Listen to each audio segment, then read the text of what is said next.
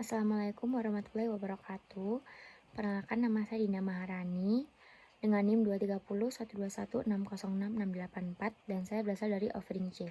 Pada buku ketiga yang saya pilih ini berjudul Facilitation in Digital Learning Environment. Nah, buku ini ditulis oleh Clint Lalonde. Kemudian alasan saya kenapa memilih buku ketiga ini, yaitu menurut saya ini masih ada keterkaitan dengan buku pertama dan kedua, di mana buku ketiga ini adalah fasilitas dalam lingkungan pembelajaran digital. Buku pertama dan kedua saya mempelajari bagaimana menerapkan desain-desain, dan di buku ketiga ini merupakan induk dari kedua buku yang saya pilih sebelumnya. Itu menurut saya. Langsung saja kita bahas Synchronous Online Learning. Pasti kalian masih banyak yang nggak ngeh sama apa sih sinkronus asinkronus. Nah, kali ini kita akan bahas Synchronous Online Learning.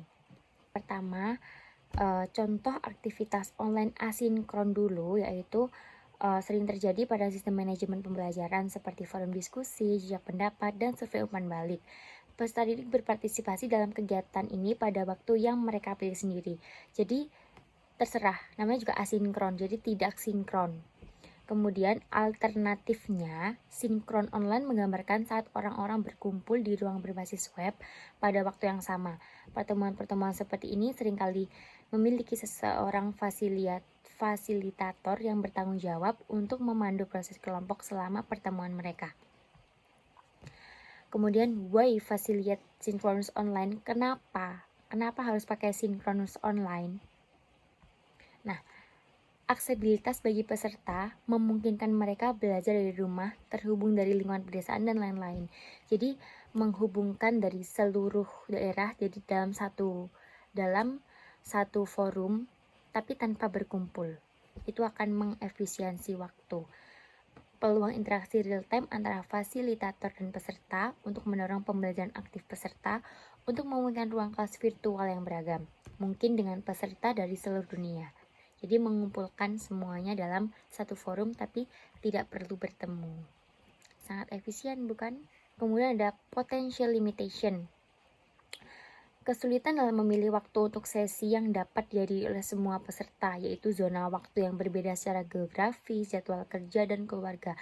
Misal nih ya, di Jawa Timur ini udah masih jam 7, di Bali kan udah beda lagi jamnya. Nah, itu faktor penghambat. Kemudian kontradiksi antara potensi peserta untuk mendaftar, misalnya siswa yang memilih belajar online karena manfaat dan fleksibilitasnya yang tidak sinkron, dan perencanaan acara sinkron yang harus dihadiri pada waktu dan hari tertentu. Peningkatan persyaratan teknologi, yaitu bandwidth, webcam, mikrofon, menjaga lingkungan yang dapat diakses oleh semua peserta. Kemudian ada synchronous facilitation skill. Nah, memfasilitasi dalam lingkungan online yang sinkron adalah sesuatu yang cukup baru bagi banyak dari kita, itu menurut Jones and Gallen pada tahun 2016.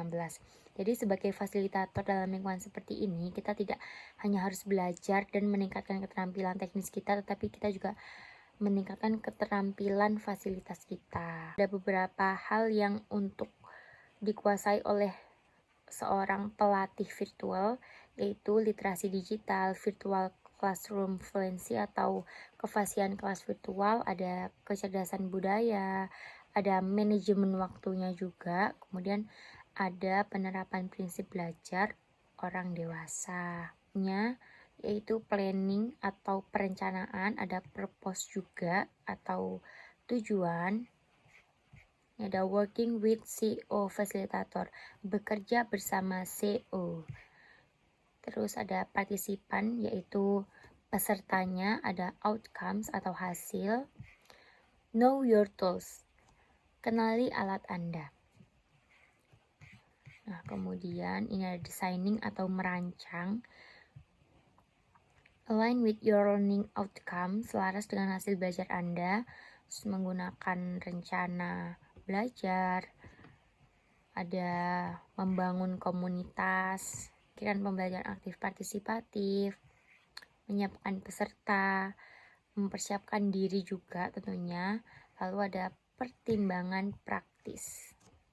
Lanjut ada facilitating. Nah, ini meliputi session lead up atau sesi pemimpin.